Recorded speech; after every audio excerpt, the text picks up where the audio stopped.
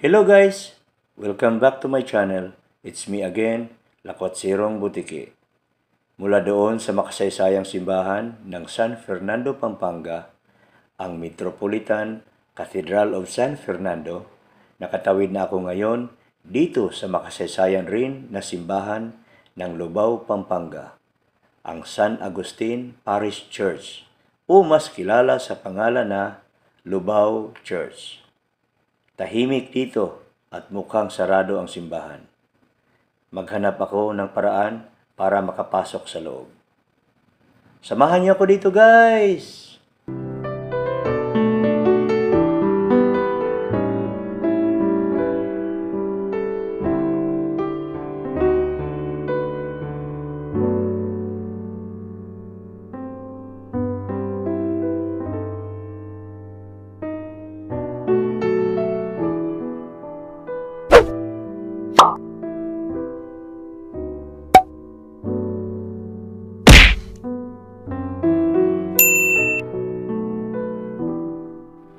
The municipality of Lubao is a first-class municipality in the province of Pampanga. According to the 2020 census, it has a population of 173,502 people. The town's name derives from the indigenous term lobo, which means low or sunken, reflective of the area's muddy and flooded characteristics. Lubao is also known by its Kapampangan language equivalent, Baba. The parish of St. Agustin celebrated its 440th founding anniversary on May 5, 2012 with the launching of the first Sampaguita Festival, participated by the 6 parishes of Lubao. Parish of St. Agustin de Hippo bagged the overall champion trophy. Second Sampaguita Festival was held on May 5, 2013, participated by the 10 secondary public schools of Lubao. San Vicente National High School emerged as the overall champion of the festival. The third Sampaguita Festival was celebrated on May 4, 2014 and participated by the 7 clustered barangays of Lubao. Cluster 6, Cluster Malago, Barangay Santo Domingo, San Miguel, Concepcion, San Francisco, and San Vicente. The first ever Philippine International Balloon Festival was held on April 10 to 13, 2014 in Barangay Prado, Sionco, Lubao, Pampanga. It was organized by Pilipinas International Balloon Festival Incorporated in cooperation with the Arts, Culture, and Tourism Office of Pampanga, with the theme "It's More Than Just Hot Air." The second Lubao International Balloon Festival was held on March 26 to 29, 2015 in Pradera Verde, Prado Sionco, Lubao, Pampanga. It was organized by Forthinker Incorporated, Philippines. It was touted as the biggest annual hot air balloon festival in Southeast Asia that featured more than 40 colorful hot air balloons from different countries all over the world, 14 of which are special-shaped balloons like Darth Vader, Yoda, Humpty Dumpty, and Frog. The third edition of Lubao International Balloon Festival was held on April 14 to 17, 2016 in Pradera Verde, Prado Sionco, Lubao, Pampanga. From April 6 to 9, 2017, the Lubao International Balloon and Music Festival was held. For the 4th year in a row, 35 balloons showered the skies of Lubao, Pampanga with their magnificent design and beautiful colors, while wonderful music from international artists, Alex Ayuno and Red Fu, and local artist Sponge Cola, Glock 9, Parokya ni Edgar, Monster 88, Yeng Constantino, and Bamboo graced the event. San Agustin Parish Church, also known as Lubao Church, is a 17th century neoclassic Spanish stone and brick church located at Barangay San Nicolas I, Lubao, Pampanga. In 1952, a historical marker bearing a brief history of the structure was installed on the facade of the church by the Historical Committee of the Philippines, precursor of the National Historical Commission of the Philippines. In 2013, the church has been declared by the National Museum of the Philippines as an important cultural property. Lubao has been annexed to Tondo as a visita on May 3, 1572.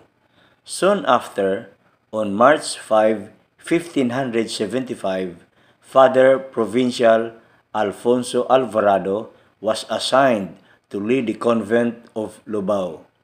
The volume of baptisms signed on the baptismal book of Lubao attest to the importance of Lubao as a missionary center.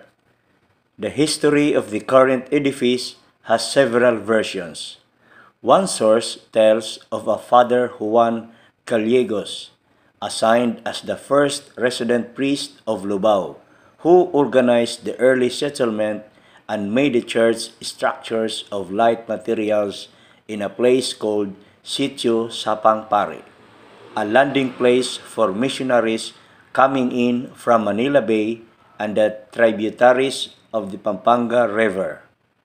Eventually, the settlement was transferred to its present site. Other sources assert that it was Father Francisco Coronel who founded and established the town at its present site and started building the current edifice. Still, other references refute this claim, stating that Father Coronel had only stayed in Lubao in 1613 and never came back. Father Jeronimo D. Vinasky continued the construction in 1635 and it was completed by Father Francisco Figueroa in 1638. Father Antonio Bravo did some repair work in 1877 and in 1893, Father Antonio Moradillo commissioned Italian artist Di Villa and Alberone to paint the ceiling of the nave, along with other ornamentations. The cemetery chapel and stone gate have also been attributed to Father Moradilla. The church and convent were occupied by the Philippine revolutionaries in 1898. They were damaged in 1945 by Japanese bombing during World War II and in 1952 during a strong typhoon. The church was restored in 1954. To recognize the cultural significance of the San Agustin Church, 3 significant inscriptions have been placed on the church. One from the National Historical Committee, now the National Historical Commission of the Philippines, the Parish of Lubao, and the National Museum of the Philippines. 1952 National Historical Committee marker. Inscription: Church of Lubao. Founded in 1572 in Barrio Santa Catalina.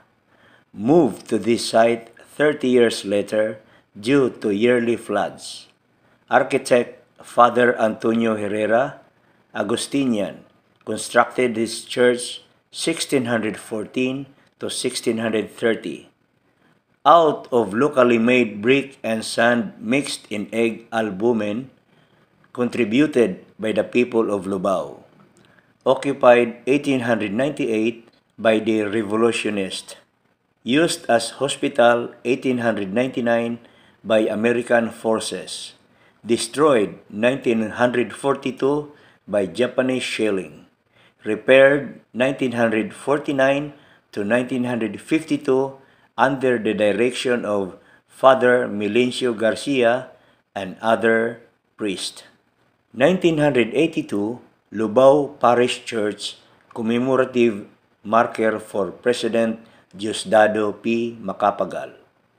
Inscription: Diosdado Pangan Macapagal. 5th President, Republic of the Philippines, 1961 to 1965, and President, 1971, Constitutional Convention. Also lawyer, Doctor of Laws, Doctor of Economics, Educator, Diplomat, Congressman, and Vice President of the Philippines.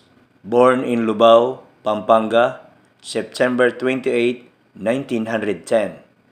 Was baptized in this church October 12, 1910 by Father Francisco de la Banda, of parents Urbano and Romana. Midwife Scholastica Romero. Sponsor Angel Javier. Book 32, page 98. Entry 4, Father Pedro Diaz, Parish Priest. This marker placed by Reverend Father Gregorio P. Pinuya II, Parish Priest, on President Macapagal's 72nd baptismal year for perpetual memory of his baptism and birth. 2013 National Museum of the Philippines marker for important cultural property. In accordance with the requirements of the National Museum in declaring important cultural properties, the San Agustin Church has been declared as such because of its significant architectural features and altarpiece.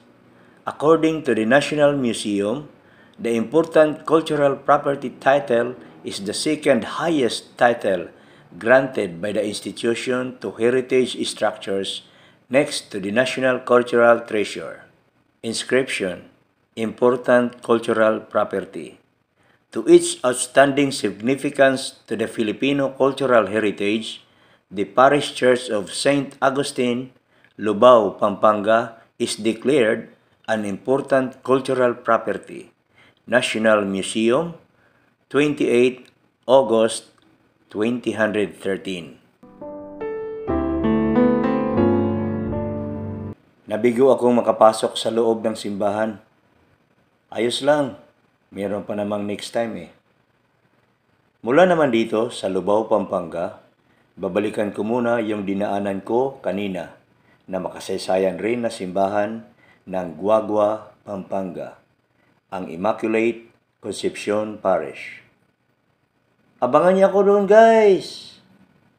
Bye-bye!